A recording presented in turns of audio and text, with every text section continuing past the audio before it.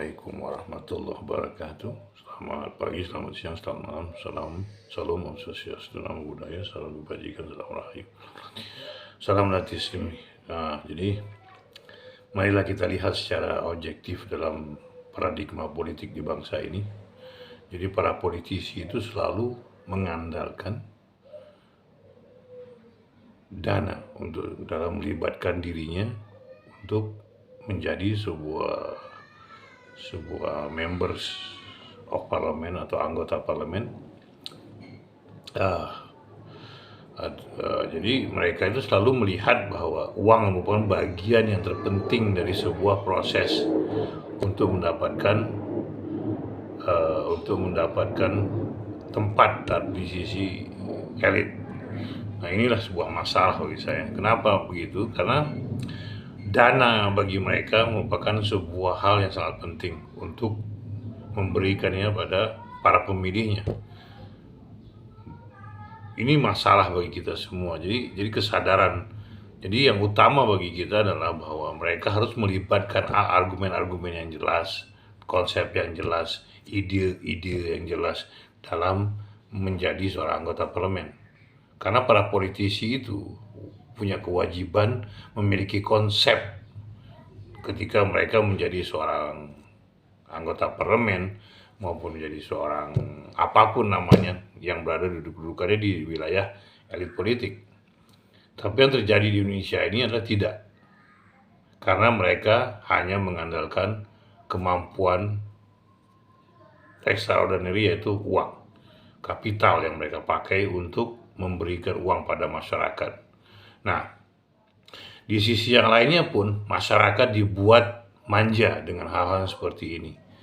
Nah, lalu mereka melakukan itu terus-menerus setiap pemilu. Tapi sebelum pemilu mereka mendekati rakyat dengan baik, memberikan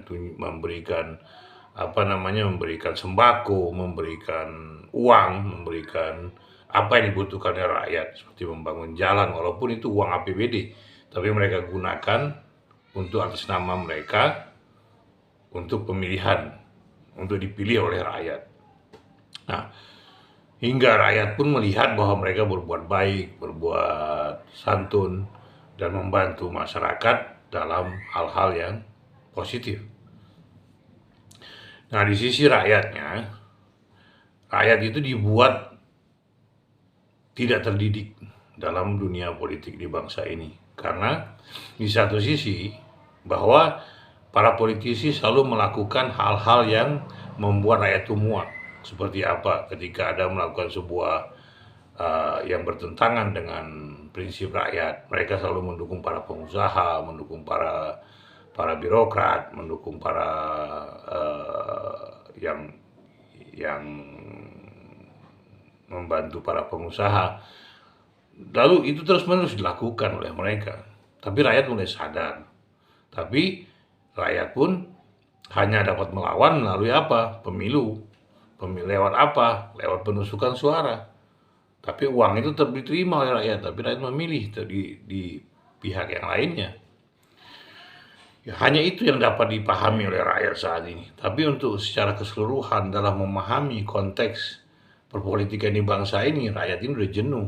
Karena itu tadi, karena ulah para politisi yang selalu berbuat ulah, bukan memberikan hal yang terbaik bagi rakyat, tapi menjauhkan dirinya dari rakyat. Ini merupakan bagian-bagian yang terus dilakukan. Dan mereka pun selalu terlepas dari hukum. Lalu mereka pun bisa melakukan korupsi dengan nilai yang sangat besar dan hukumannya ringan, sementara rakyat yang mengambil labu, mengambil singkong di tanah orang, itu pun hanya dihukumnya besar. Tapi sementara para politisi yang melakukan korupsi dihukumnya dengan sangat ringan, hanya 2 tahun, 1,5 tahun. Tapi sementara para pencuri, para orang-orang yang kelaparan itu yang mengambil hak orang lain di tanah orang lain, justru dapat hukumannya sangat berat, 2,5 tahun, 3 tahun, seperti itu. Jadi hukum itu bisa dimainkan oleh para politisi. Nah, di sisi yang lain, kenapa ini terjadi? Karena pertama, para politisi selalu melakukan hal-hal yang dibikin muak oleh rakyat, melakukan pembelaan pada orang-orang yang bersalah. Nah, sementara di sisi lain, rakyat pun ditindas dengan apa? Dengan memberikan uang, memberikan bantuan sembako, dan memberikan bantuan yang lainnya. Seperti itu. Nah, sementara dalam pemikiran masyarakat bahwa saat ini rakyat itu mereka hanya dapat melakukan satu hal, apa? Yaitu melawan di dalam pemilu.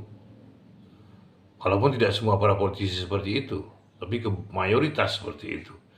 Nah, di sisi yang lain pun, para politisi ini selalu menjauhkan dirinya dari rakyat. Mereka butuh rakyat itu ketika apa? Pemilihan umum. Tapi setelah itu tidak ada. Mereka jarang datang ke bawah untuk melihat apa yang harus mereka lakukan kepada rakyat. Ketika banjir besar baru mereka turun, karena itu banjir besar. Dan itu pun sudah diperhitungkan seperti itu. Dengan bantuan Pemda tentunya. Untuk apa? Untuk melakukan sebuah pengerukan atau melakukan sebuah pembongkaran dari kali-kali yang menghambat air mengalir. Jadi seperti itu. Nah, di sisi yang lain pun, rakyat tidak memiliki pendidikan yang sangat fasih. Kenapa saya bilang seperti itu? Masyarakat rakyat selalu ditindas dalam dunia pendidikan. Kenapa? Karena pengajaran yang dilakukan oleh para pemegang saham dalam dunia pendidikan, itu mereka diwajibkan untuk guru-gurunya menyelesaikan kurikulum-kurikulum yang sangat padat dan sangat singkat. Itu seperti itu. Anak-anak murid pun membawa buku-buku yang sangat berat dan isinya pun membosankan. Tidak ada kreativitas dalam dunia buku, dalam dunia pendidikan di bangsa ini. Jadi seperti itu kawan-kawan. Nah, jadi akhirnya apa yang terjadi? Bahwa daya pemahaman rakyat terhadap politik itu sangat jauh. Rakyat hanya memahami ketika kebutuhan mereka tidak terpenuhi, mereka akan melawan. Dan ketika hal-hal yang menyentuh tentang diri mereka, baru mereka melawan. Tapi ketika mereka membuat analisa, salah semua. Kenapa? Mereka tidak memahami. Seperti gimmick para politisi yang menganggap, keluar keringat, muka lusuh di tengah masyarakat, salaman dengan masyarakat, memberikan baju, memberikan buku-buku, memberikan apapun. Tapi rakyat memang memahami itu sebagai gimmick. Tapi bagi rakyat itu, ya itu sebuah keperluan bagi mereka. Mereka akhirnya melakukan juga, menerima juga. Kenapa? Kebutuhan. Ya seperti itu. Nah, rakyat itu ditindas melalui apa? Kebijakan-kebijakan. Seperti itu. Nah, sementara itu rakyat tidak memahami dunia politik. Dunia politik itu hanya dimiliki oleh para elit. Kenapa saya bilang begitu? Karena para elit ini mendominasi dalam melakukan sebuah kebijakan. Nah, kebijakan itu tidak turun ke rakyat, tapi diturunkan kepada dimudahkannya para pengusaha dalam melakukan pengelolaan hutan, dimudahkannya pengusaha dalam melakukan pembuatan pabrik, dimudahkannya para pengusaha untuk menjaga wilayah mereka. Dengan apa? Aparat-aparat keamanan seperti apa? TNI, polisi yang menjaga mereka. Dan mereka seenak udahnya sertifikat seolah-olah itu milik mereka, padahal rakyat sudah memiliki sebelumnya tapi dibuat kembali. Nah, itulah yang terjadi. Jadi kesadaran rakyat itu muncul karena dalam keterpaksaan dalam diri mereka, bukan karena ada kesadaran dalam dunia berpikir, analisa. Karena apa? Rakyat ditindas dalam dunia pendidikan karena mereka tidak memahami cara berlakunya dunia politik, hingga mereka pun melihat bahwa hanya hak-hak mereka dirampas baru mereka melawan. Ketika itu sudah menyentuh pada diri mereka. Seperti itu. Nah, sementara para politisi dengan enaknya membuat kebijakan dan itu berlaku secara umum. Dan ketika rakyat melawan, mereka tidak akan dihadapkan dengan aparat keamanan. Entah itu dibayar atau tidak, kita nggak tahu. Seperti itu. Hingga menjaga perusahaan-perusahaan, menjaga lahan-lahan industri, menjaga wilayah-wilayah perkebunan yang dimiliki oleh para pengusaha. Melalui apa? Kebijakan politik yang dibuat oleh para politisi yang telah bekerja sama dengan para pengusaha. Sementara rakyat itu tidak pernah dibiasakan dalam dunia membaca, dunia diskusi, dunia dialog, dunia dalam tulis menulis. Karena apa? Itu tidak terbiasa. Tapi ya saat ini yang dimunculkan oleh para dunia politisi adalah apa? Barang mewah, uang, dan juga jabatan. Nah itu akhirnya terdampaknya kemana? Kepada mahasiswa. Mahasiswa yang hanya ingin instan. Tanpa ada kemampuan untuk berpikir. Mereka dapat menjadi seorang pejabat. Kenapa? Karena ada link-link yang diatur oleh para alumni mereka, para senior mereka, untuk diberikan kekuasaan pada adik-adik didiknya. Hingga, kenapa itu muncul? Kenapa? Karena mereka dihormati, mereka dihargai, mereka dapat memberi, pakai mobil mewah, kebutuhan uang ada. Seperti itu. Jadi materialisme merupakan bagian yang terpenting dalam dunia politisi Indonesia. Hingga yang terjadi adalah apa? Hilangnya ideal dalam membela rakyat. Hilangnya ideal dalam melihat rakyat sebagai bagian dari kawan, sebagai memilihnya mereka untuk menduduki mereka pada posisi jabatan. Tapi ini tidak, para politisi melihat bahwa rakyat itu hanya diperlukan pada saat pemilu. Jadi sifatnya apa? Sementara, temporer. Jadi seperti itu. Inilah yang masalah bagi kita semua. Dunia pendidikan tidak diperkuat dengan membaca, menulis, berdiskusi, berdialog, membuat mental rakyat kuat, membuat mental cerdas. Tapi yang terjadi adalah apa? Tekanan-tekanan pada rakyat dalam penguasaan terhadap wilayah-wilayah, pembelian tanah yang sembarangan, penggusuran yang sembarangan,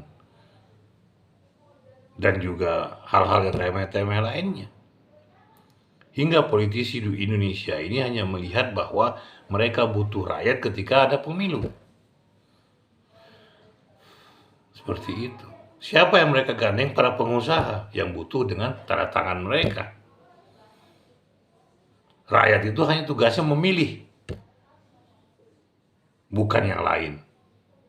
Nah ini ya yang menjadi bangsa ini seperti ini. Carut marutnya dunia politik di bangsa ini. Dan ada sebagian besar mahasiswa yang memiliki intelektual, saya akui itu. Tapi mayoritas hanya memiliki emosi, hanya menuntut pada sesuatu, tapi tidak memiliki jalan apa yang harus mereka lakukan. Ketika aksi di jalan pun mereka hanya mengikuti orang-orang yang ingin memiliki aksi. Untuk apa? Biar dilihat oleh para senior, biar dilihat oleh para pejabat, hingga mereka dapat ditarik dalam dunia politik dan menduduki jabatan-jabatan khusus. Kenapa? Mereka memegang mahasiswa sebagai bagian dari proses dalam perpolitikan di bangsa ini. Ini realitas yang ada di masyarakat. Seperti itu. Rakyat dibiarkan terbengkalai dalam intimidasi kebodohan. Rakyat terbengkalai dalam dunia investasi pengusaha. Rakyat terbengkalai dalam pembuatan menaikkan GDP, growth developmentnya, menaikkan daya ekonomi masyarakat. Tapi apa yang terjadi? Masyarakat ditutup untuk dunia politik. Masyarakat dibodohi karena tidak pernah berbicara tentang dunia buku, tidak pernah berbicara dengan dunia teks, tidak pernah bicara dengan dunia ide. Kenapa? Karena itulah yang diinginkan oleh mereka. termasuk para elit-elit politik seperti presiden, menteri, dan lain sebagainya. Mereka hanya berbicara tentang diri mereka sebenarnya. Tapi rakyat haus akan pembangunan. Itu diberikan pada mereka hingga mereka ternganga-nganga dan terkagum-kagum. Tapi tidak disadari gerak mereka ini membuat mereka didukung oleh rakyat dan memanfaatkan diri mereka. Dukungan rakyat itu dimanfaatkan untuk apa? Untuk kolusi nepotisme.